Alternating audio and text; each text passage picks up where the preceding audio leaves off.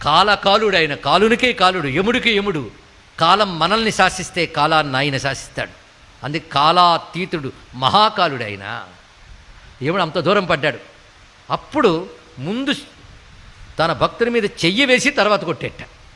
ఎంత కారుణ్యం అండి!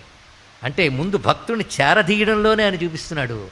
అవతల వాడిని శిక్షించడం ఆయన ముఖ్యం కాదు, తన వాడిని రక్షించడం ఆయనకు ముఖ్యం. ఇక్కడ ఆ చేరదీశాడు ఆ ప్రేమగా.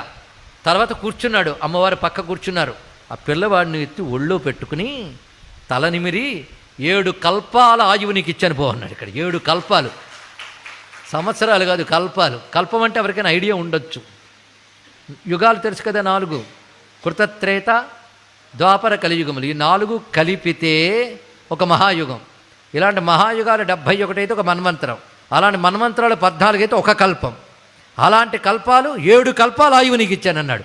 ఎక్కడి 16 ఏళ్ళు, ఎక్కడ